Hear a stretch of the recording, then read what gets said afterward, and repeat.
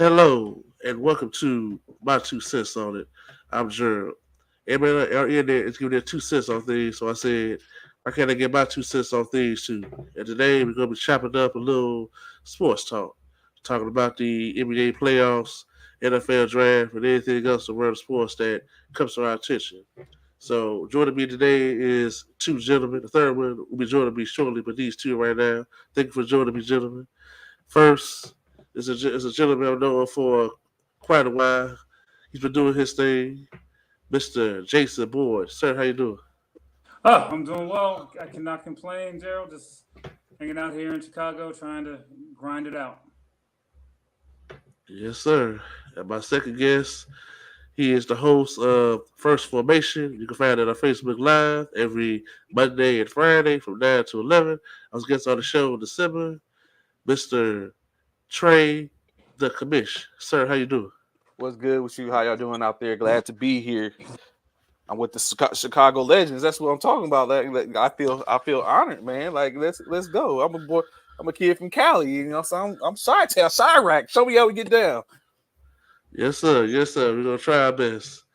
So yeah, today before we chop it up, I'm gonna give a little brief news in the world of sport thing. The NCAA realized it was on some bull, so today they returned Reggie Bush his 2005 Let's go. Heisman Oh, Trophy. So good so for Reggie.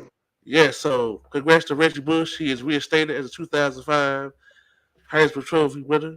Good for you, Reggie. Congratulations. Very much deserved.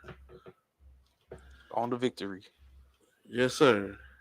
And in the NBA, they announced some award winners yesterday. They announced sorry, Tyrese Maxey of the 76ers as the most improved player of the year, barely beating the Bulls' Kobe White. And today, Nas Reed of the Timberwolves was awarded the sixth man of the year. Did he got the winners right? Correct. Those Say it those again. those are Did he get the right winners? Oh well, Gerald. I'm a Sixers fan, so I think Maxey was the right pick. So, but I definitely, but I do think he deserved it. I'm not gonna lie to you. I haven't seen a whole bunch of Kobe White um, play, so I can't say that he didn't deserve it. But I do think Maxey has better overall numbers, and I could be wrong. Guys, should correct me if I'm wrong. So I think Maxey does actually deserve it, regardless. And as for the other award, what was the six man man of Six the player man, of year. the yeah, year? yeah. Nas Reed of the Timberwolves. I'd be lying. I barely watched Nas Reed play this year, so I can't. I don't. I have not. I Yeah. honestly have not barely watched Nas Reed play this year. The voters did, so that's why he Well, won. So who came in uh, second and third? second was Malik Monk of the Kings, and I can't remember who finished third. Yeah, I will say See, Yeah, this. Malik Monk's been doing. see when you look at that, I mean, six man of the year. Nas is Malik Monk and Bobby Portis Jr. So I think if that was just a toss up, and honestly, like any of them could have been deserving when you look at what they do or how they get down. Malik Monk, a lot say that he basically probably lost the award when he went down, but the season was basically already over, and I'm very sure they already had the votes in and every and all that at that point. So, but Nas Reed truly has been, in my opinion, um, if he had been available last year when the Lakers probably wouldn't even made it to the Western Conference Final, I think it would have been problematic for LA last year. And so this year he just basically picked off where he probably left off at from the year previously. With Maxi, I think that was just again another one of those situations where most improved player. I initially thought Sugun was going to win, but of course we saw Houston. Cancun had a great year. Yeah, and so but Houston, what I'm saying, I think a lot of that goes with how your team goes. And obviously we see Houston fell off during the year, and Tyrese Maxey was supposed to be the front runner for the 76ers, so he should be deserving of that award. You know what? To be honest, I think Kobe White should have won the award because to me, Thomas Maxey was the same player this year he was last year. It's just that with James Harden gone and Joel Embiid, injured, he had to take on a bigger role. To me, he was the same player. Last year we saw Kobe White as the guy the Bulls maybe should have traded, maybe should have moved on from. This year he proved himself to be a piece that the Bulls should hold on to and keep for the foreseeable future. Is to get rid of the DeRozan, Caruso, and Drummond and look towards the future. Keep him as your builder piece. So I think that Kobe White proved to be overall to be the most improved player from last year to this year. And in the 2024 NBA playoffs, they off to a start. Started on Saturday, so I'll start with you, Trey. So, what has surprised you the most, and what have you enjoyed the most about these 2024 NBA playoffs? So for me, it's basically been that the first surprise, the biggest surprise was the fact that all 8 teams won the home games. Of course, I'm a Lakers fan, so I was expecting or looking for LA to be had got one of those 2 games in Denver. But it's been good games. Unfortunately, I mean the game from the other night, I stayed up to watch it, and the outcome wasn't in the favor of Lakers fans. But hopefully they can take that and go back and claim 2 at home and then come back and claim another one. So it's been a pretty good series, a series across the board. Now a couple of series are tied 1-1, so now we see where it goes. Especially when you look at the fact that some of these teams are without their stars. So I'm kind of excited for the for these playoffs this year. Jason? Me, honestly, man, it's just absolute sadness. I love the NBA playoffs. I do, but again, it's going to come back fall on my Sixers fandom and the fact that Joel is injured again. When we're in a position where, I mean, Joel was about to move. And don't get me wrong, overall, and I know that. I mean, I think Jokic is a great player, and if anyone says Jokic is better than Embiid, cool. But I think Embiid was about to pass him this year. If they we would have had a win and go deep in the playoffs, but Embiid started playmaking a little bit more this year. Nick Nurse put him in some better positions. So we're getting to the playoffs, and obviously Boston was the number 1 seed most of the year, if not all the year. They won it, but I thought that we actually had an opportunity to maybe shock the world a little bit by beating them. Because I still think Boston can be phonies. I like Tatum. I think he's a good player, but I don't know if I have him absolutely like tier 1. I love Jaylen Brown, so I'm excited. It's weird. Like I'm glad that he beat Boston tonight because I'm just not a Celtics fan, obviously being Sixers, but I love Jaylen Brown. Hopefully Jaylen Brown played well. But for me, as I said, sadness, man, because my team doesn't really, Embiid's hurt. And I know we should have won last night. We had a good chance to win last night, and we didn't. But even so, there's no way with a hurt and injured Embiid can we make it deep in the playoffs. It's just, and I feel bad he's messing up his career. In terms of the playoffs, in terms of the Celtics, as I said, I'm glad they lost tonight. And then also I'm sad because, I want the Lakers to beat Denver. I'm a Bron fan. Gerald, I'm a Bron fan. Way under the Sixers, but I like Bron. And then even when I was younger, back in the day, just because I hated the Celtics so much, I rooted for Magic and them and Kareem. But the Lakers could have won last night. I know Bron, although he played considerably well, but he missed a big 3. Unnecessary shot. Right. And I'm still sad because the Lakers are about to get swept up out of here, and I'd like to see Bron take a little run. And of course, the Sixers, unfortunately, I just don't. As much as I love the Sixers, I'm not like a Philly fan who's like down. Like I thought we had a shot, even though we didn't have because Maxey was playing well, the team was playing well, but just with him hurt, there's just no way. We're about to lose. We may come back against New York, but even so, if we beat New York on that injured knee, it's just getting worse. Yeah, I know you feel sad. The NBA admitted that uh, Tyrese Maxey was fouled twice in the final play, so the Sixers were in a way kind of screwed out of that victory. But you know, I think to me, when I see Philadelphia, I see a team that's flawed because you didn't have Embiid, and they got Maxey, but they got Tobias Harris making too much money for too small a role he does. He makes way too much money, to come Who? up small. Who? Tobias You said Harris. Tobias Harris. Yes. The Sixers I got to mean, get rid of I'm him. not gonna. They got to get rid of him. So a lot of Philly fans get on Tobias. I don't hate Tobias only because I mean if you go out throughout history, the third options on really good teams. I mean, obviously you might have someone like Kevin Love. He didn't have great seasons. I mean, he was okay as a third option, but he wasn't dominant. James Worthy had big games, but it wasn't like obviously he's big game James. But so as a third option, I don't really care. And don't get me wrong, you're right. A lot of Philly fans are on your side. They want him going up out. See, the problem is, I like Tobias, yeah. even though he's not playing well right now. The problem is, he's a third option being paid like a second option. He's taking way too much money. If you got rid of him, maybe you get more players in there, make for a better team. Yeah, and I was about to say, I think initially, like you were saying, he's a third option, but I don't think that was the initial plan when they signed him because remember the whole Tobias Harris over me, Jimmy Butler, rant is like, yes. So of course I think Tobias was expected to be that Batman to Embiid's Robin, and it just didn't, or even whoever it was at that point, and it just hasn't panned out. So everyone wants his head.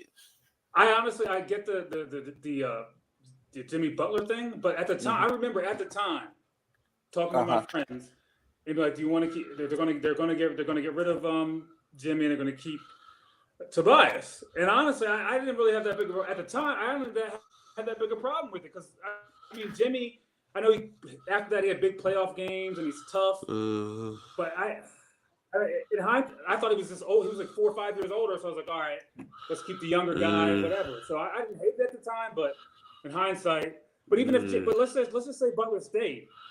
I mean, it probably would have been even worse with Mitch Simmons, and I really blame everything on Mitch.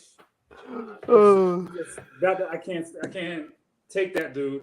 And then we got Harden. I think that the Sixers actually, we have the most mentally insane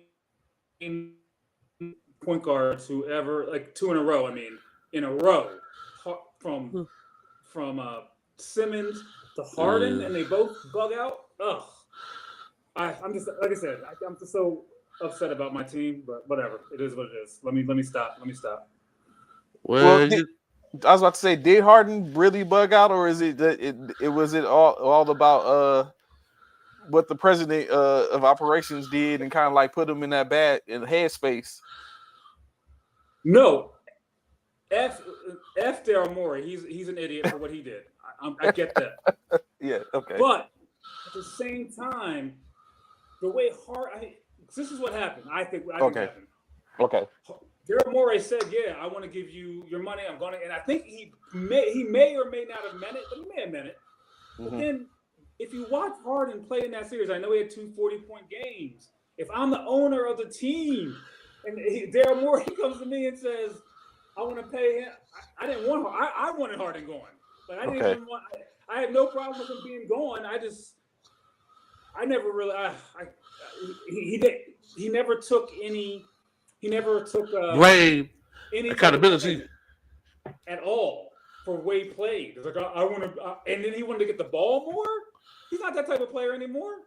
This is not like Houston Harden. If it was Houston Harden, I'd be like, all right, I get it. But he doesn't have that explode. He doesn't have that explode. He can't explode at the hoop. So at the end of the game, when you have a big roly-poly guy who can't really go by his man anymore, so he can use his body to get by him, but then he gets stuck in the lane, throws up some garbage, and he can't do anything down in the clutch. I'm not a Harden. I mean, I loved Harden in OKC. He did great in Houston, but I could have done without him. Okay. That's the funny thing. He was trying to go back to Houston, but new coach, it made Udoka say, no way. He ain't coming back here. Right. So that's why he had to stay in Philly before straight to the Clippers. But yeah, but the playoffs to me, I think are very interesting. Like I said, the teams at home did win the majority of the games. Last night changed a little bit. It showed me that Luca is still a top five player. That has to change, but I still see the Mavericks going far because he don't have enough help. Kyrie is there, but he don't have enough help. Him and Kyrie, to me, are not a good fit together. So they'll lose to the Clippers eventually. But every once in a while, he will have a good game. And the Pacers, if they can just hold for it, they will put the Bucks out of the playoffs, in my opinion. But So is Halliburton still injured? I know he's playing, but is he still playing tentative? He's still playing. He's still playing.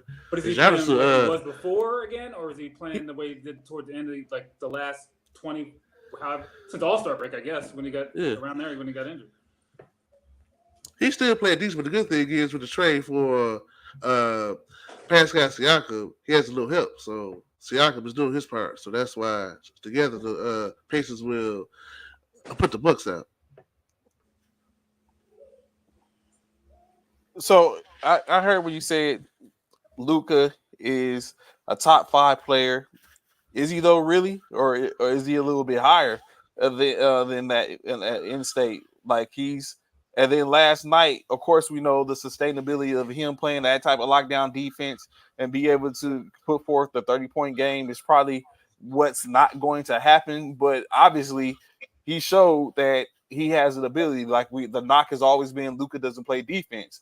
Last night, Luka showed that I can play defense. Now, will we see that for the rest of the playoffs? I'm very sure we will not, because it seemingly thwarts his the abilities, and it was a close game. So what you can't afford, obviously, is Luka playing defense and scoring only 30 points when you might need a 40-point effort from him and allow everyone else to get served on. But I think he's definitely earned the right to be considered in the top 3 currently, even if we talk from a standpoint of 3 to 4 years. He's probably he's probably up there. He's probably that dude. Or he might be a top 5 in the last 4 or 5 years, but I think this year he's definitely top 3, maybe even 1.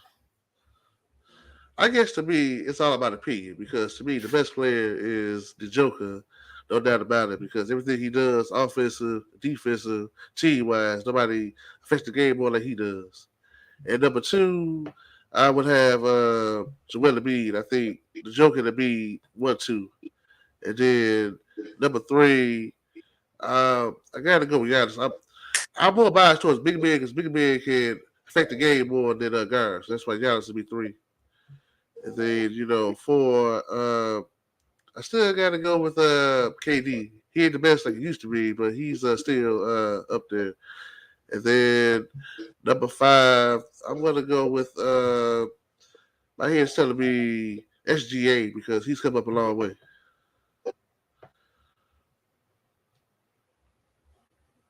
I feel it. I feel it. My Yeah. my top 5 it would be. I mean, I definitely have Luca. I agree with you guys. I don't know if he's. Give me a.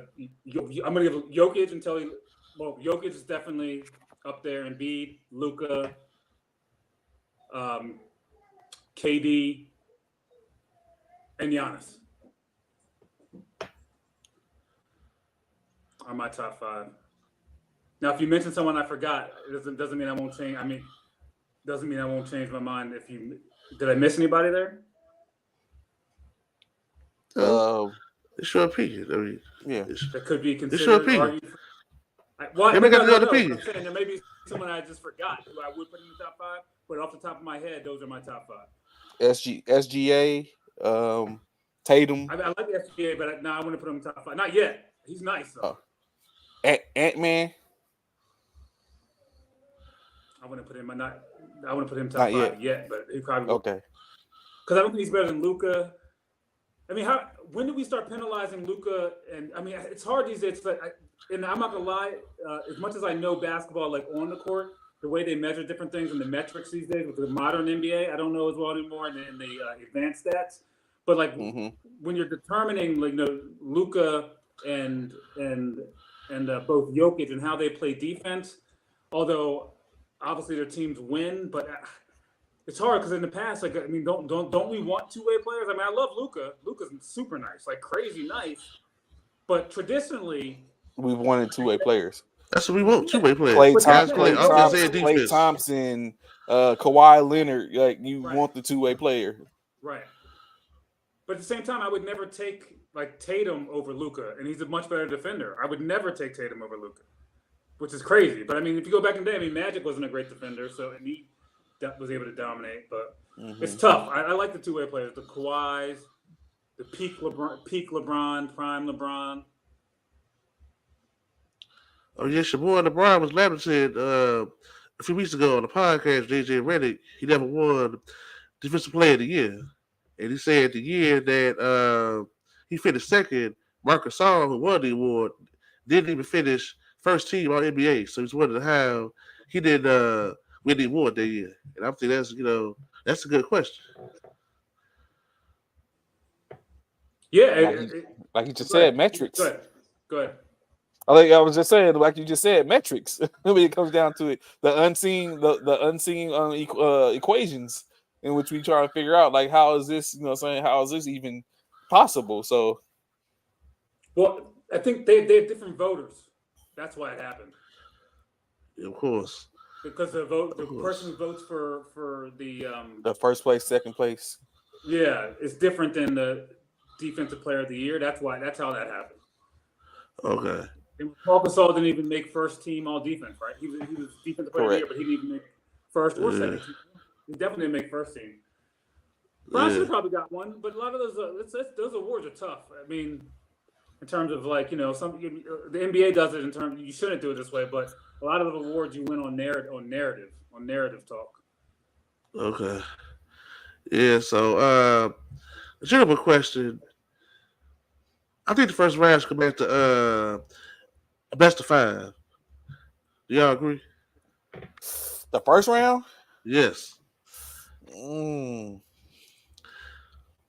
I think it was better with. Go ahead. No, I'm sorry. I think it was better when it was best of 5 because better chance for upsets, get over with quickly, go to the next round. Like put your best foot forward or get put out because best of 7, you still got time, to get it together. So when you look at it, I think it's a slippery slope because it can go one of both ways. Like in some instances, you have the situations where you have teams that they catch fire later on, in which if we went the best of 5, they would even get an opportunity to start to spark up. On the flip side of it, you do, like you said, there's been some teams that were up, and I guess it's the same thing. There's some teams that were up, and then in state is because it was the best of 7, they lost the games because they might have been up 3-1 or something like that already, and then got walked down. So I think the 7-man series still fits the bill. Technically, you still get a sweep, and it's just one additional game. And then it adds a little something to excitement if a team comes back 3-0.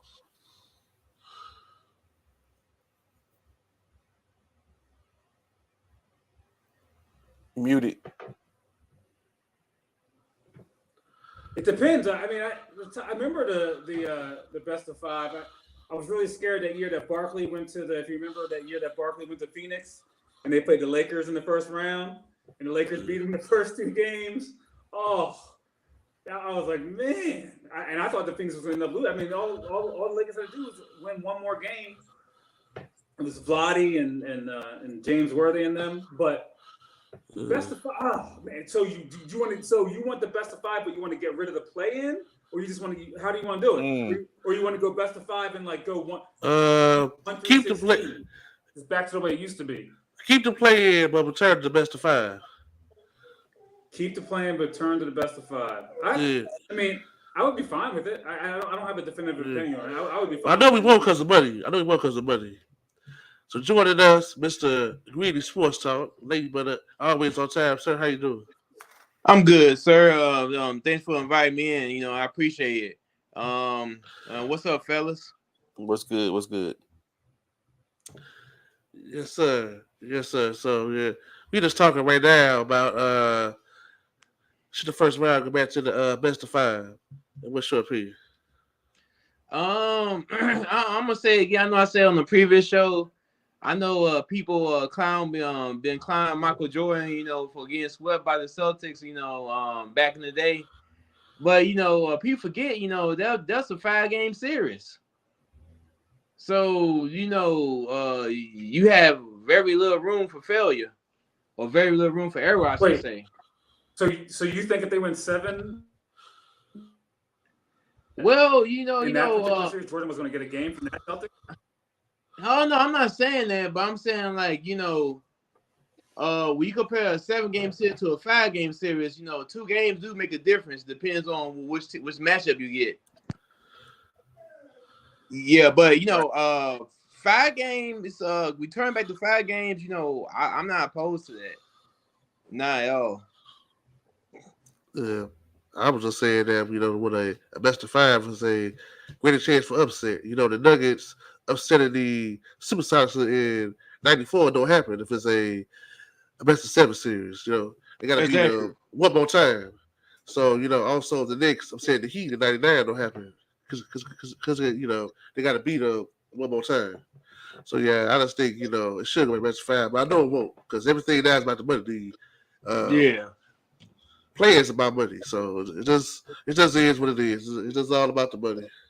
Yeah. And Gerald, I got a different opinion about that play, and I understand it's about money, but it kind of defeats the purpose if you can't get a eighth seed in the top 8 seeds in 82 games. It's like that's pitiful. It is, but like I said, Greedy, it's about the money. It's everything does about the money. That's why the NFL expanded their season. That's why they have one more playoff team. It's about making that money, Yeah. making these billionaires all this money as much as possible. Yeah, so right now, we just see the Celtics lose to the Heat. They tied 1-1. That was a bad loss. I think, in my opinion, the Celtics, should have struck the Heat without Jimmy Butler to show that they serious about winning the title, to show their killer instinct, to show what time it Right. is. Lose to this Heat team without Jimmy Butler just instead the series is just where's the battle a little more for the next round after that. They will win the series, but it was a bad loss. That's why, by Yeah. humble opinion. Yeah. Yeah. That's I guess when Jimmy in there, the Heat coach is still active. Yeah, he wasn't there, but I just you don't know. think I don't think Boston. I the problem with Boston, and I know that they played real well all season, but let's say you're out on the court and when you're doing off the dribble threes all the time, and just in clutch time, they need to do more mid range than just step back. Now tonight I did not see tonight's game, but generally when they start losing, they get into they I know they shoot a lot of threes no matter what, but when they fall in love with the threes down the stretch, that's what kills the Celtics, and that's why even though they're a very good team, there's a chance that they could lose before they get to even the Eastern Conference Finals. Even though they're by far the best team in the East, they are the best team, but doesn't mean they won't lose. So when you're looking at, like you said, they shot 37%, 12 for 32, 3 tonight.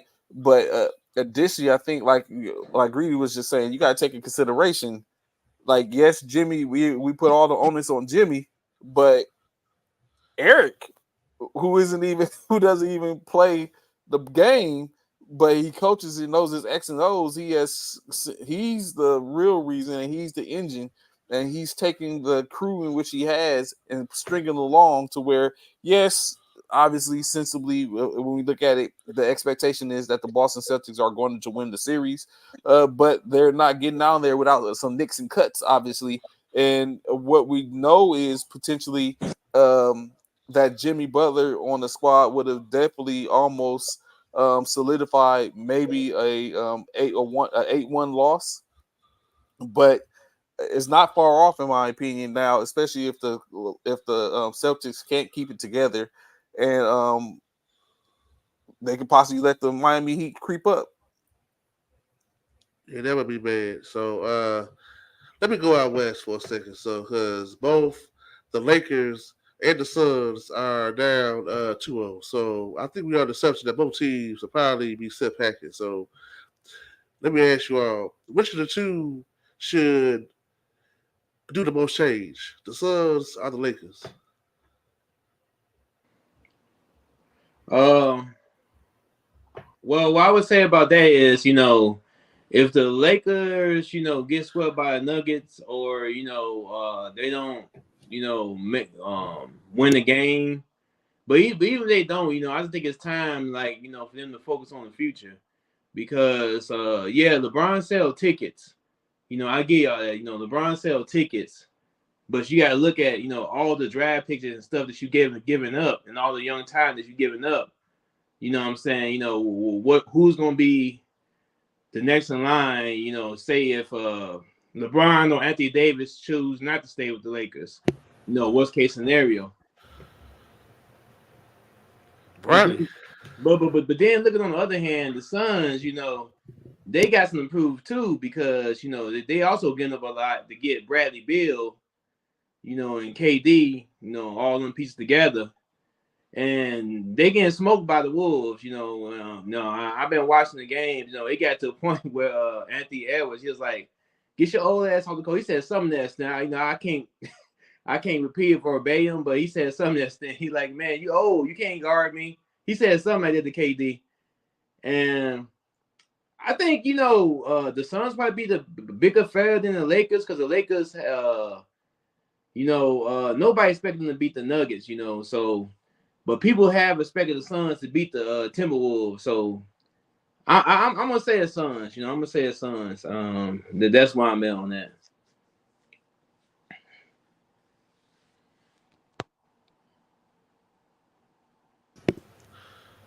Could you repeat the question, Drew? I didn't. When you said it the first time, I know you said this the Suns and. I was just asking between the Suns and Lakers, assuming both gonna get put out, which of the teams need change more? Need change more. Yeah, Suns or the Lakers.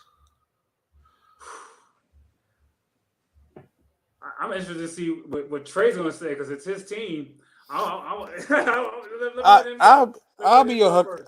I'll be your Huckleberry. So when you look at it, right, I feel like it's the Lakers, of course. Like, what I'm saying, it's only from the standpoint of when you look at the way the teams are constructed right now. The Suns are still fairly or younger than the Lakers are at this point, right? And so in-state is, and what I have always looked at is the Lakers are always looking for that bridge player to sit up and to pick up the torch, right? So we have AD, we have LeBron. I really was hopeful that bridge player for LA was going to be Giannis before Giannis signed his extension. I just knew we was going to be able to enact another Lou Alcindor type deal to where we bring another Milwaukee star that's coming off a championship not too long and bring him to LA. So another big man, in which of course it didn't happen. So now we have to find that bridge player. What's going on though, in my opinion, is there's starting to be few in between to where I don't know who has that type of star power. So I think the change comes in LA because time is running out on LeBron. I would even say AD at this point because I think the thought was that AD was going to be powerful with LeBron and that he was going to take the torch from LeBron as they find that bridge player. But we have not found that bridge player yet, and AD is still the one that's sitting in the gap. And I don't know how powerful we can get away, if we can get away with AD sitting in the gap while we trying to find that other player. So I think the change comes in LA. First of all, I agree with what you're saying. The Lakers are older, but also, Phoenix, with Devin Booker and Bradley Beal, and I don't know what their cap looks like, but actually being able to put add more to their bench, I still think they have a shot of winning the championship. I think as much as I love, I'm a big LeBron fan. I think the Lakers, they're done. Not. I mean, with LeBron, and I like LeBron. I want LeBron to win. I want him to get another championship. But I just think, he's 39. I know he's in good shape, but he can't play all 82 games. And they're not good enough to beat Denver. I don't know who they can get, but I think definitely the Lakers need to go in a different direction, because I think that KD and Booker and because Booker and Beal are still right solidly in their prime. So grab some other players, get a point guard, boom, rebuild, and they might have a championship team. I don't think the Lakers. I think the Lakers definitely need to start over so that they don't get stuck in limbo once LeBron is there and then AD goes down a month later. They need to just make a move. Yeah, I think you all are right. I was actually leaning towards the Suns, but I think you all are actually right. The Lakers do need change. I think LeBron is still playing for, of course, to the scoring record, to put out a reach and also to play with the Sun for a year. So that's why Bronny's coming out, even though he averaged 4.8 points per game. I still want to stay in that, but he's coming out. So wherever Bronny goes, LeBron will go too, and AD will probably go elsewhere. So Lakers do need change the first way. I guess they can build around Austin Reeves and D'Angelo Russell. And let's not forget, honestly, the West, although the West is getting younger, the players in the West, although they're younger, they're better as well. Like it's like these players, like we talking about Anthony Edwards, we talking about John SGA. Morant, yeah, SGA, like saying Giddy, Holgram, like Wembanyama, like these players they're Oh yeah, younger and Wemby they're cold. they get Yo, he's jumping all those dudes in the next 2 years. who Wembanyama. Yes. Oh, Yeah, Wemby is cold. yeah. Oh my God. Transit San Antonio, so he see him every night. So yeah, so you're gonna see it for the next 10 years out there. So killing it.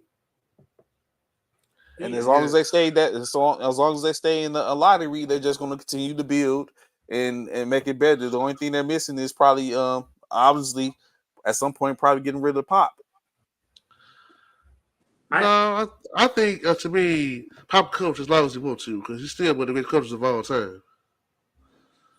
I mean, I think Vic's so good that if they just got one other player who was, and I know they have the other young little guard, but whatever. They got an all-star on their team. Yeah. I think that they would be, and I know they're terrible this year, but with Vic, I think they would be a playoff team. I think if they just can have some type of decent team, he's going to be unbelievable. He just started to learn how to play the last 40 games, play defense, his moves, he's fluid 7'4". I mean, I'm saying that He's about to be a rookie defensive player of the year. Like, yeah, I was saying that. 12, I was saying on the previous show. He's going to be good. I have no problem saying it. If he doesn't get injured, that's a big if. If he doesn't get injured. Yeah. Speaking of Spurs, just a rumor they may get Trae Young. Yeah, Trae Young. I was saying that. Yeah, Trae Young to pair with Wembanyama. So, but to me, Trae Young is not really a Pop player. I don't think Pop will like Trae Young too much. So that's the thing. Trae can score, but he'll play enough defense for Coach Pop. So I don't know how that's really a good fit. I don't remember. Was Tony Parker a good defender? I honestly don't remember. I'm not saying that. Well, Tony Parker gave more effort. I can say that. Yeah, he did. But I would ask the question: do you think a better fit for the Wembanyama would be the Tony Parker-ish Sursa Tim Duncan, or a Chris Paul Sursa Tyson Chandler? Like, what do you think is more of a better role and fit, like, for him and a point guard at this point? I mean, going forward. I think he's a point guard that can, of course, get the own shot, but also know that Wibby's the man. A point guard who knows he's there to support Wibby and not try to take over the show. There you go. He don't need Trae Young, man. No, Trae to play no defense. Because Papa sit the ball game, so no. And then Trae Young play style, he's more of a combo guard than a natural point guard. No, you think so? Yeah, I mean he can. But look, hear me out. This is the reason why I say this. Because Trae Young can get assists, but in most games I've seen him in, he mostly, instead of setting the offense, like he'll pass, you see somebody open, but he mostly try to score first. Like he'll try to pull up for three, you know, and this and that. You know, I don't see him as a traditional point guard like a CP3, where CP3 was actually trying to set up the whole offense. But in this league, I mean, how many true point guards do you think there are now? I'm not true point guards, quote unquote, combo guards. Not combo guards, just regular traditional point guards. How many traditional point Oh, guards? traditional, okay. I mean, not a lot. 10 to 15. 10 to 15, I say. Yeah. What's that? When Tyrese Halliburton, like 10 to 15. Yeah. Traditional point guards? 10 to 15, I say. No way. 10 to 15, I'm not saying 30. I'm not saying 30 or 40. I'm saying 10 to 15. Just that's a very small percentage. Starters or with backups and starters? So we say, so you're saying half the league? Combined. Okay, I was about to say, so half the league. You think half the league has pure point guards? Not starting. I would say just not starting. Overall, on their roster. Okay. Overall. Between the 450 players in the league, there you go. Right. Yeah. That's still a small percentage. Together? Can we name 10 of them? I mean, who are they? I mean, I'm just wondering. I don't think they're made. Well, you know what's one that jumps off the page at me is Conley. Okay. Yeah, Mike Conley. That's a good one. We said CP3. It's his last year, probably. So that's one. But I'll give Conley. Man, look at all the rosters. Halliburton. Okay. Yeah. Well, okay, Halliburton. Okay. Darius Garland. Garland. But you say Halliburton, yeah. Darius Garland. Who? Darius Garland. Cleveland. For Cleveland, yeah. No. I know who he is. I'm just not. I don't know. I haven't seen him play enough. I'd be making it up if I said. You tell me. I don't know. I haven't seen him play barely at all in his whole career. McCollum. We consider him, or we consider a combo. McCollum is a shooting guard, really. So. Yeah, he's a combo. Yeah, he's definitely he's like pure combo. Because he played the shooting guard at Lehigh, and then he played the two. I would say James Harden, but he's more of a combo. Yeah, he's definitely combo. I know a point guard, Tyus Jones. Okay. But you see how hard this is? Yeah. Oh, wait a minute. I got one. Go ahead. Alonzo. Yeah. Yeah, but Alonzo ain't played in 5 years. But he's still in the league. He's still in the league. But you know, I like he played, of course. Like, you know what? Let's say Alonzo, LaMelo, Jalen Brunson. Okay, there we go. Jalen Brunson, yes. Jalen Brunson was a pure point guard, but with Luka, well, I'll give it to him. Well, with Luka, interesting enough, what you was about to say is right. Like Jalen Brunson with Luka was relegated to a pure point guard, a pure point guard, a distributor and all that type of stuff. When he went to New York, it like unlocked the key, unlocked his ability, and now he's like a do-all player, an all-around player. So I mean, but he's still, I think he's a more of a point guard than anything else. I was gonna add like I was gonna say Russ. Russ is definitely the point guard. He's definitely the point guard. He's just been the guy just to score the ball. And pass to KD was necessary. Other than that, he tried to take over the game. Because he was a shooting guard in college. Remember with UCLA? So he had to learn. Yeah. He had to learn to be a point guard. Yeah, you're right. It's few and far between because the game is about scoring. It's about shoot three. Yeah. It's about just getting your name and game out there. That's all. I just think the high pick and roll with Trey, regardless of whether he's a combo or regular point, whatever. Not that I love Trae Young, but the high pick and roll with Victor Wembanyama. I mean, if he's a self-aware person, like going back to what I was saying, how Harden wasn't self-aware, he would understand that he could ride Victor Wembanyama to like Hall of Fame and to up his all-time. For now, he's just going to be a scorer. But if he uses Vic right, I mean, he can ride Victor Wembanyama to being like raising up his status crazy. And I'm just saying that Coach. Self-aware. I'm just saying that Coach Pop would not like Trae Young. Trae Young is not a Coach Pop player. Yeah, because Pop like guys, who gonna give effort on defense. And Trae Young don't play no defense. He plays negative 500 defense. So it wouldn't work over there. It wouldn't work over there. I don't see it. So let's swing over east and let's go to Orlando. I mean, it's clearly they need offense. So this is why the rumor of them trying to get Klay Thompson, is a reality. Because Orlando is clearly like in their offense, being outplayed by Cleveland in these 2 games. Oh, yeah. They be getting smoked by Cleveland, man. Yeah, so would you give Klay Thompson as much as he wants?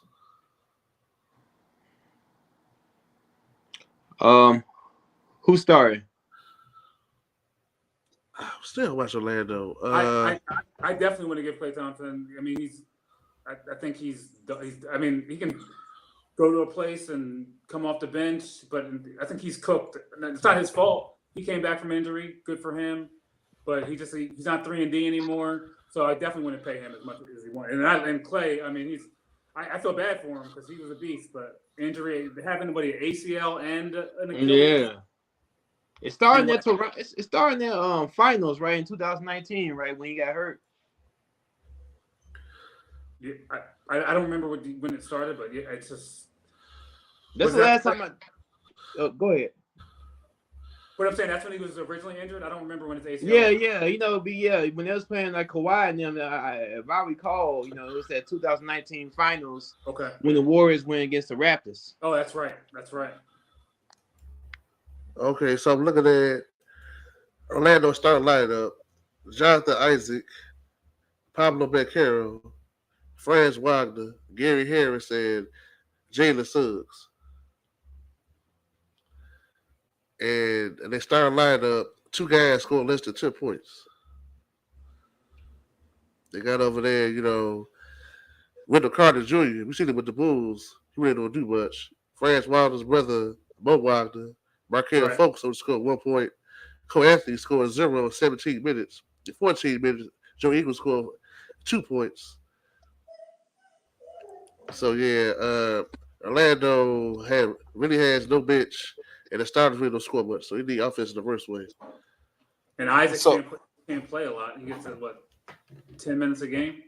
So I definitely think that, like even in that case, I don't think bringing Klay over is the answer.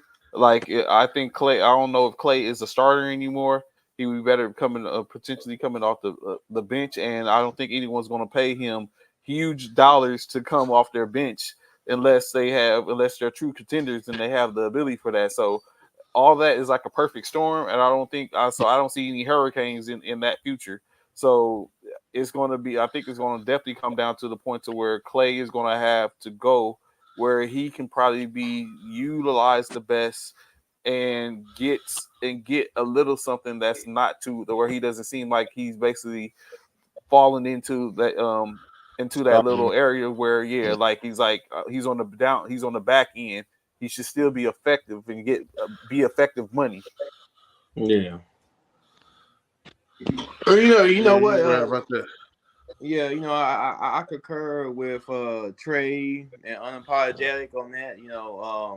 And we just seen like the recent series they had with the Kings. It's like I don't think Klay did much. In that whole game. And 0 points. So, yep.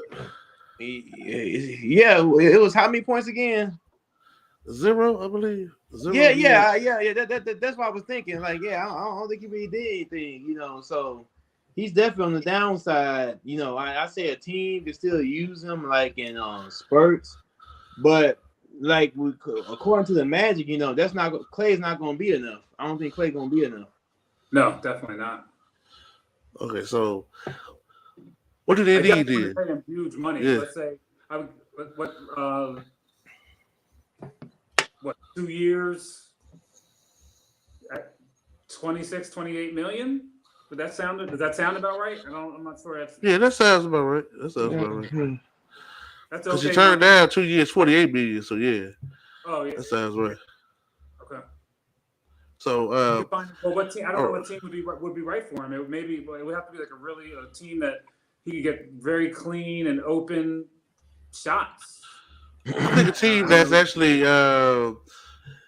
you know competing for a championship, a team like the Celtics out of Heat when they're full strength, a team like that. Even the Nuggets, if they want him over, he would take a cheap deal over there. The Nuggets, can the Nuggets pay him? No, but he could take a real cheap deal and try to win like another championship and prove to be effective and Oh forever yeah, change his career. yeah. No, Take like the veterans minimum, to win a get championship. the money. I want to take the minimum. If I already have Yeah, 4 rings, I definitely take the minimum. His last contract? Yeah. No way. veterans minimum. Yeah. That'd be good. No way. No, not. I get it if you don't have any rings, but he has 4 chips. There's no need Okay, to Yeah. you take right that. about I that. don't think so. Yeah, There's no Yeah, need you I to mean, right. take it's like I said, Yeah. it's got to be a sweet spot because, like you said, this man got 4 rings. He's Yeah. arguably the second best shooter in NBA history. Like he's, you know, what I'm saying, until he shows that he can go, he's somewhere else, and he's not that type of player. He ain't got that. He can't stroke it anymore. No Diddy.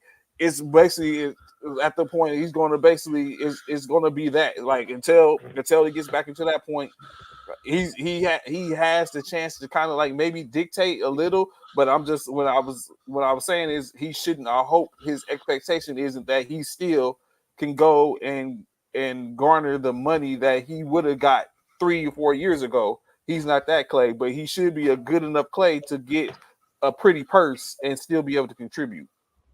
Yeah, you're right. Yeah. But then then when I look at it, it depends on what was his goal. Is his goal just to get paid or getting a championship? Well, That's a good question. who who do you think is better right now, Clay or Hardaway? And could Dallas get Clay? That be a good fit? Well, I think the question is would uh uh Golden State want Tim Hardaway Jr. Yeah. That's valid. I think what Of you course say. they want to see you. I think when you Well, look at it, when you say that the harder way, like on that roster, Clay might be deadly because you got a Kyrie and you got Luca. Yeah. So right. that might be I what can they see him come need. off the bench Yeah, So because like Clay being the starter for a team, I just don't see it. well, he definitely couldn't be a starter for Dallas because you couldn't have Clay, Kyrie, and Luca out there on defense. They would get it would be ugly. Shredded, But yes, he absolutely could come shredded. off the bench. They would Yeah, have no you are right about that. point of attack defender. The guards would just be blowing by. Even though you guys mentioned that Luca did play good defense last night. Yeah, you're right about that. So, last question about the NBA: do you see any series going to 7 games? We're serious. LA and Denver. Anyone? No, not LA. I definitely don't see LA. Nah, I'm talking about. I just Probably Knicks, Philly, I see going 7 and us losing. Probably Dallas and Dallas and the Clippers, they has potential to go 7. Oh yeah, that's a good one. That's a good one. That's a good call. That's a good call.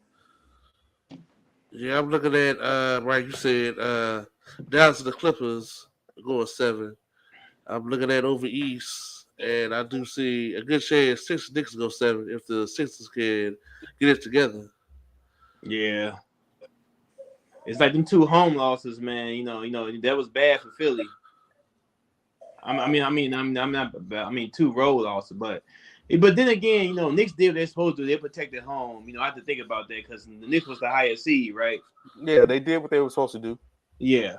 In the grand scheme of things, is exactly like for the most part, everyone, the majority of everyone did what they was expected to do, win their home game. So now The ones with the games are tied is the ones is where it's like, okay, where we got going on here, but everyone else did what they were supposed to do. Mm-hmm. Yeah, you're right. So I guess that means that Julius Randle is on his way out of the New York, right? Oh. I can concur that. What's his contract look like? I don't know. Is he how many years is he left on his contract? I think a few years, but I think they're gonna trade him somewhere because they win him without him. I mean, they prove they don't need him. Oh yeah. And you know what? That's the other thing too. You can have like great players or good players, but the pieces might not fit together. Yeah, Well, you're right. I think it depends on how they do. I mean, let's see how far they go in the play. But what if they lose to the Sixers in the first round? You still think they want to get rid of Randall?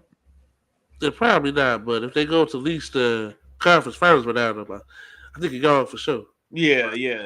That's a good point. That's actually a great point. How far can they go without Julius? Yeah, That's you're a heavy right. contract.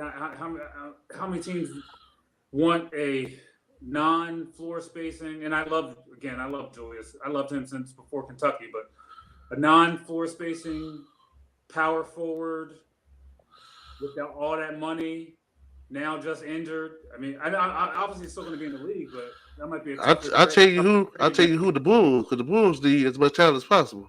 For real, they do. Yeah, so let's talk about tomorrow night, the NFL draft. Of course, the Bears are taking Caleb Williams #1. But I want to ask y'all about this quarterback carousel. What y'all can do, take a guess on the other quarterbacks and where you think they're going. I'll let them answer it, man. I haven't been keeping up with all the NFL news, so I'm gonna let them answer it. I don't watch college football whatsoever. I'm an Eagles fan. I watch the Eagles. I want the Bears to do well. I do because I live here. Oh boy. But in terms of the draft, I know it's weird. Even when I was a kid, I don't care about the draft whatsoever unless we have like the number 2 or 3 pick. I don't follow. I don't watch it. And I used to watch college football, but I don't. So I mean, I understand. I know the quarterback from what the Bears are going to get. I haven't seen him play. The Bears picking first and ninth. That's why I'm so into it. So You're a the expectation is, of course, going to be Jaden Daniels is going to be picked up and possibly by the Washington Commanders. In-state is the Washington Commanders. They got rid of all their quarterbacks, basically Taylor Heineke. They brought in Cliff Kingsbury to possibly be as an offensive coordinator. So the ideal is that it's probably going to be Jaden Daniels, but of course you still got JJ McCarthy out there. You still got Drake May. You still have Michael Penix Jr. There's a few quarterbacks that's out there that possibly could end up going to that. But at one point, Washington Commanders brung all those quarterbacks in to have a conversation with them for the top quarterbacks, separate from Caleb Williams, because the expectation he's going to be #1. So it could go any way. I think the surprise is the other teams. So you got Chicago, of course, that's expected to go to quarterback. Washington is expected to get a quarterback. New England is expected to get a quarterback. Arizona having Kyler Murray, you don't expect him to get a quarterback. The Chargers with Justin Herbert, you don't expect to get a quarterback. And then it kind of gets sticky at the 6th pick when you wonder, is New York Giants going to bring in presumably their next quarterback, or are they going to go a different route? In my opinion, they need to go a different route. The draft is rich with wide receivers. So, and that's one thing that which they need for the most part. We know they lost what's his name to Philly, Saquon to Philly. So is running back a premium? So within the first 10, I foresee at least 4 quarterbacks going in the first round. I think I see 5 were the top 10 because there's a rumor that the Chargers may trade down from that 5th pick. I think that the Chargers may trade to the Vikings, who may take JJ McCarthy. So that'll be the 1st, Correct. 2nd, 3rd, and 5th. Get a quarterback, and then somebody at the bottom 10 take a quarterback. So that'd be 5 to me in the top 10. So I think, of course, the Bears are going to take Caleb Williams #1. I think #9, they're probably going to take the receiver from Washington. I can't pronounce his Oh, name. Rome. Rome Odazine. Yeah, yeah. So they're gonna take the top quarterback and second best Where's receiver. Where's Harrison Jr. going? How? Arizona. He's going to Arizona to pair with Kyler Murray. He's in They're Arizona. gonna, Yeah. yeah. They How much go. is We keep it 4. I want the Bears to keep Justin Fields and then draft Bobby Harrison Jr., but obviously the Bears had other players, so they got to go with the players that they have. So, which is Kenny Williams running by all this talent, so he has no excuse to fail. They Well, give him what? Huh? No, go who ahead, are the Jay. top 5 quarterbacks coming? Who are the top 5 quarterbacks coming out of college? Kenny Williams, Jay Daniels, Drake Drake May, May, Okay. and JJ McCarthy, and Michael JJ Penix McCarthy. Jr. Yeah, Bo Oh, Nix is the Bo Nix. 6. Yeah, Bo Nix as well. Okay. Yeah, so it's 6. So I think 5 go in the first round, and 6 may go even later in the first round. Yeah, so it shall be a new year. So they're gonna give Kenny Williams the Bears what they did to give Justin Fields, which is help. So Kenny Williams has no excuse if he does not make it as the quarterback of the Chicago Bears. I mean, he has a little bit of excuse. Think about what happened to I guess when you look at what happened to Bryce Young, like in with the Carolina Panthers, like all the number 1 draft pick, all the hype and everything, and he didn't have what was needed. And then you look at C.J. Stroud. He didn't have this. He had just as much, or if not a little more, less what we thought until Nico Collins and Tank Dell and them started playing. It's like, oh wow, like this is a team in Houston, and CJ Stroud was quarterbacking it. So I mean, it's like we all know, it's not an exact science across the board. Anything when you start to get players, it becomes like we were talking about earlier, the construct of the team, the chemistry of the team, how the players play well together. But do you expect, if you have a lot of top 5-star, 4-star players on your squad, you expect them to at least be a little more than average. And Chicago has put together a team, in my opinion. And now it's just a matter of seeing what they can do with that team. But I don't know, Caleb Williams. It might be a Caleb Williams. We're gonna see. Yeah, he's a Trojan, so of course I'm gonna ride with him. But hey, we'll see. All right, absolutely. Yeah, so we shall see. So let me ask you real quick, Jay, about your Eagles. What do you see for them this year? It's interesting. We picked up Barkley, but we lost some old linemen. Obviously, Kelsey is retired. I wish he would come back for one more year. We ended last year so badly even though we didn't play well the majority of the year, but we won. But then we just bombed out. Our last playoff game was just pitiful. I don't know how we're going to look. A lot of Philly fans are optimistic that we can still be good. Obviously, we still have our quarterback. We picked up Saquon Barkley, but I mean that's great. Saquon Barkley is a good player, but great. We'll get him for what, 3.5 games and a quarter in the playoffs. Oh we man, all the time. Like I don't even remember. I don't even remember playing against him as an Eagles fan. Like, oh, here comes Saquon. wait a minute. But go ahead. Saquon Barkley didn't he play for the Giants? Exactly. Yeah, exactly. Mm. He's a good player. He's a really good player, but he's always injured. Always. Yeah. I don't know if we're supposed to be doing a 2-headed monster. I would be happier if we were doing a 2-headed monster with Barkley. Just to keep him You know what, from getting Jay, I have a question for you. Since you're a Philly fan, and I was talking to another Philly fan on my show the other day, and so you seem like an up and up guy. Is Goddard a top 5 tight end? Oh man, I don't. Ooh, off the top of my head. So we have Kansas City, Mm-hmm. Kelsey. We have the dude in San Francisco, Kittle, Andrews out of Baltimore. I never considered Goddard. Like I mean, he's a solid player, but I never considered him a top 5 tight end. I never thought of him as like a star on our team. I thought he was good enough, but I didn't consider. So I would say no, not top 5. Okay.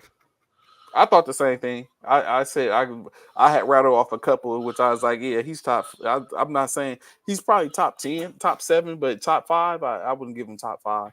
Maybe a couple of years ago, I would have gave him that, but I think there's a few.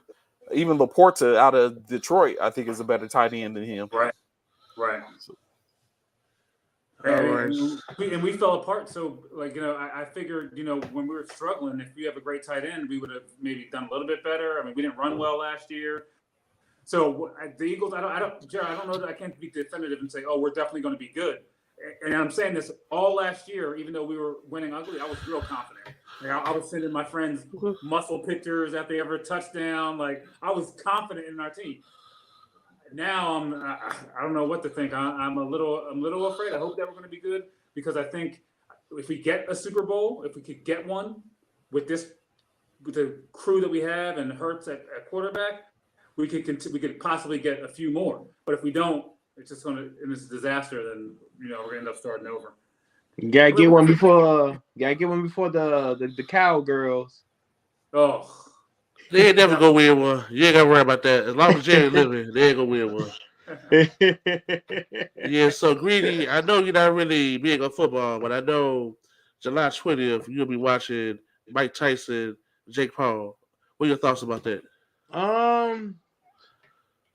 I'm gonna go with the big dog, man. I'm gonna go with Mike Tyson. But this I see a fight playing out, okay? Because wait, can I ask you a question real quick? No, Greedy. Yeah, go ahead. Have they decided on the rules yet? Like, is it going to be like the Roy Jones rules? Yeah. Or they really fighting? It's gonna be kind of a professional fight. That's the latest I heard. It's gonna be kind of a professional fight. So it's going to be a real, like, they can hit each other in the face everywhere? Yeah. Right. That's what they said. All right, go ahead. I'm sorry. Go ahead. I just wanted to. So, as people we call Mike Tyson faced Roy Jones Jr. I think it was back in the pandemic year on Triller, like in 2020, if I recall. And they call it a draw, but I think Tyson looked good in that fight. Now going to Jake Paul. Now, true, he is younger. He has some skills, but the thing about Jake Paul, I seen some of his fights. He can get a little bit reckless. And I seen Tyson training. Now, he good enough to catch Jake Paul. If he wanted to. But the thing is about Tyson, this is the book on Tyson. If you take him to deep waters, you can actually wear him down. You can get him if you get him in deep waters. But if Tyson can get him out of there, like within the first 6 or 7 rounds, I think Tyson be victorious. Now because he got more experience, even though he older. Now people think age, because he older that Jake Paul will win it, but Jake Paul got the experience or skill that Mike Tyson possess. Do you think Jake Paul has power? He has power. He has knocked people out, but he hasn't knocked nobody out on Tyson's caliber. Because I've seen all his fights. He hasn't knocked nobody out on Tyson's caliber. And that alone gonna be a different animal for him. Who do you think is gonna win? I'm sticking with Tyson. Tyson will win, and Tyson will win the first 3 rounds if everything is on the level the way it should be, because Jake Paul cannot compete with a pro boxer Hall of Famer. Even though Tyson is a pro boxer, he's still trained and strong enough to knock Jake Paul out. About 24 years almost in difference. Like, but the man in the Hall of Fame, I get it, but he's the boxer Hall of Fame though. That's like us about that commercial with Jerry Rice, Emmitt Smith, and Dan Marino. That's what you're looking at with Tyson. Like, I get it. Like, that's why I asked if Jake Paul has power, like they say he has power. It's gonna. I'm very sure he's training to be hit. Like, everyone knows the kick was that Tyson was quick and he was powerful. Now he's 53 years old. I understand the whole adage of grown man strength, but if you getting hit, you know what I'm saying? Like true, everyone has a plan till someone gets punched in the mouth. So depending on who gets punched in the mouth first, is going to change the other man's plan. And I don't know, like as much as I want to just believe Tyson is going to be that person, if Jake has the power in which we think that he possibly has, that he can display, if he can weather the storm and take a couple of those hits, if Tyson starts to wear down due to his age and Paul putting the punches on him, as long as all he got to do is last a little. You just got to be faster than the slowest man, and that might be Tyson. But I mean, I'll go with the champ for the most part, but it's not a warm and fuzzy for me. I feel you. Yeah. Man, but you know, I saw Tyson training videos, man. He ready, basically. I tell you this, I wouldn't want to get hit by the MFer, man. Not now, not ever. The guys that have knocked out Mike Tyson, Buster Douglas, Evander Holyfield, Dennis Lewis, Jake Paul would not join that list. He would not join that list. But is Tyson 54 or 57?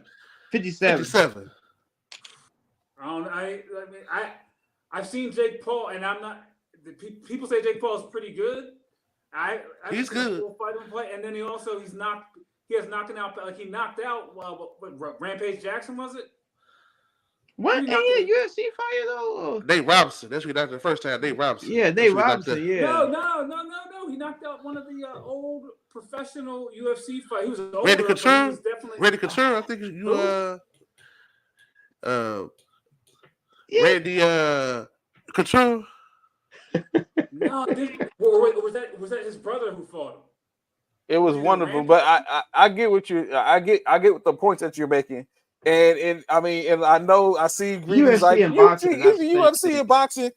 In state is these cats throw hands, and if anyone can get caught, like you wouldn't expect it. Like I didn't. I mean, okay, Nate Robinson. That's okay, whatever. He's not a boxer though. He's not a boxer. Tyrone Wheatley. Yeah. Tyrone Woodley twice. Yeah, UFC fighter. Anderson Silva. UFC fighter. You see the pattern? Well, no, I'm not saying that Tyson can't knock him out. I'm just saying maybe if he hits him, he's 57 years old. Yeah, he knocked out. I got you. That's all I'm saying. I'm not saying Tyson's not way better than him. I'm just saying he's old for a boxer. That's all. Yeah. I mean, he's old. He's very old. Fighting as taking consideration, like y'all said. Yes, Jake Paul was knocking out UFC fighters, but quote unquote, regardless of what we think about his skill level, Jake Paul is a boxer. So you know what I'm saying. We talk about a 24 or 25-year-old boxer fighting a 53-year-old boxer. Right. You know what I'm saying? Regardless. 57. Yeah, I'm sorry. I'm thinking about the 23-year difference. So it's a little different now. Now, I mean, we look at Tyson and we see Tyson as this mystique. Is like you said. We see the training videos, but it's a training video. He ain't. That's true. That's not punching back. You know what I'm saying? And his trainer ain't punching back. And I haven't seen a video with him sparring with anybody. So you know what I'm saying. So in state is once they're in that square circle, and the bell is rung and those hands start flying, we're gonna see what they made of. Yeah, I know it's 4 years ago, but he was handling Roy Jones Jr., another boxing Hall of Famer. If he can handle Roy Jones Jr., he can handle Jake Paul. Yeah, you know, Jake Paul. I'm telling you guys, Jake Paul got beat by a legitimate boxer. This was recently. Go back and look at the fight. By Fury, right? Yeah, go back and look at the fight. Who did he fight? You know, Fury was putting them hands on him. Who? Tyson Fury's brother. Oh. Yeah, he's putting them hands on Jake Paul. Tommy Fury. Yeah, exactly. Yeah, exactly. Yeah. You know, he won the fight against Jake Paul. He's putting them hands on him. That's why I say Jake Paul can get reckless. Okay. Yeah, you know, younger don't mean, you know, I get what y'all, you know, thinking, you know, younger, you know, you're supposed to have advantage, but they don't mean you at that skill level yet. How big is is the boxer that you said that beat him. How big is he? Oh, that's about the same size as Jake Paul. But the thing is, he's a boxer, and in my opinion, he's more skilled than Jake Paul. Right, but was he taking the blow? Like Tyson's not really a big guy. No, I mean, say he was fighting like an old Foreman, and Foreman has that body and could just sit there, boom, boom, boom, boom. You know, was that gonna make a difference? Because Tyson's not like a huge guy. I mean, I know he's like, but he's strong as hell, though. Right. That's true. That's true. You know, Tommy Fury is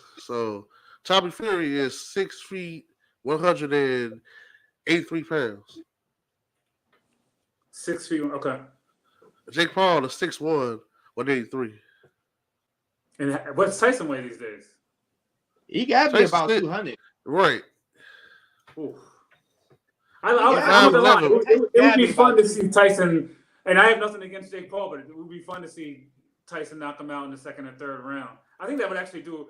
I know he's probably okay money wise these days, but like I think that would do a lot for him actually if he knocked somebody out. It'd do more for Jake Paul, you're right, than Tyson. It would. Exactly. So Tyson's 5'11", 220. It also might be bad for Tyson to get the knockout though. Tyson might go on he might go totally back the other way once he starts knocking people out.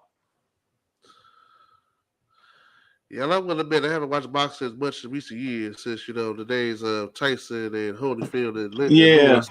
De La Hoya ruled the ring. It's been a minute. It was the Klitschko brothers and Anthony Joshua taking over, and Mayweather. He had his fights every now and then. Oh, speaking of fights, I saw one with female I was dating this past weekend. It was Devin Haney and Mikey Garcia. Man, Mike Garcia. Yeah. Mike Garcia put them hands on Devin Haney, man. I was like, because I thought Devin Haney had that power that Tank had. I was wrong. I said, Devin Haney made that stuff, man. He not made that stuff. And then Bud Crawford, Bud Crawford the best in the welterweight division right now. And then, you got Canelo. He always fight around Cinco de Mayo. What fight? If there could be any fight right now? What's the fight that you guys would want to see in any weight class? Bud Crawford against Tank. Okay. Because Bud Crawford. Go ahead. I'm sorry. Go ahead. Oh, I was gonna make it quick. Bud Crawford had beat Earl Spence. I was telling people Bud Crawford's gonna beat Earl Spence. Okay. I'd rather see Floyd Mayweather Jr. take on the best non-heavyweight boxer right now. I don't know. That's Gervonta Davis, Adrian Broner. I don't know, somebody like that. I'd like to see that fight. And man, if you go against Tank, he's Tank can hit. I seen Floyd Mayweather recently in some exhibition fights. Now Floyd still got he still got the speed and everything. He still can move around the ring, but I don't know if his that's the thing. I don't know if his reflex is still that good for professional. Young professional. Why would he even come back and take that? He's undefeated. He has all the money in the world. Unless he's that's a good point. Yeah. Ego. Just play with Ego. You know what I'm about to see? I also rather see Layla Ali take on Clarissa Shields. Me too. She's been talking about Layla over the past few years. I like to see her really step to Layla. Isn't Layla retired? Layla's retired. She is. Layla could always come back out of retirement. Okay, no doubt. Layla said she wanted to spar, but she didn't want to spar with her. Carissa Shields didn't want to spar with her. Right. She know what happened. She get dealt with.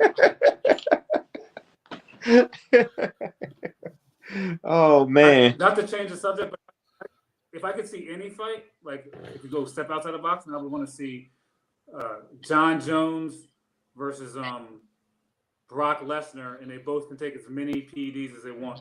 Oh, okay. John Jones. John Jones would beat yes, is way more skilled and would probably beat him. But that's where the drugs would, with Brock getting all pumped up, it might be an interesting fight to see. John Jones is way better, don't get me wrong, but I would still like to see it. I don't Brock, know. that's the best chance with John Jones to try to grab him. If he can't grab him, man, it's over. Yeah, If you can't grab him, it's over. I guess so. I don't know. To me, Brock is so big. What can John Jones do with him? He got them kicks. I don't know. That's John Jones is the GOAT. I want to see what he does. I mean, he would have to bulk up, obviously, but I would want to see it. I don't know. I don't know what he could do. But I mean, other people have beat Brock, obviously. John Jones. Oh yeah. John Jones is a big enough man where he can get big without being slow. I mean, he is, I think, like 6'3", 6'4". Like he can put weight on, and he's way more skilled than Brock. Way more. Yeah, because Brock is just strictly wrestling, right? No, he also MMA. He was a former UFC heavyweight champion. So yeah, he was a champ. Yeah, he was a champ. I mean, far as his style.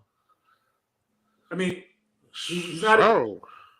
He's strong. He wasn't an Olympic wrestler, but he was a college world champ. So he's not like Kurt Angle level wrestling. Yeah. Because I do remember him being in wrestling before he turned over to UFC.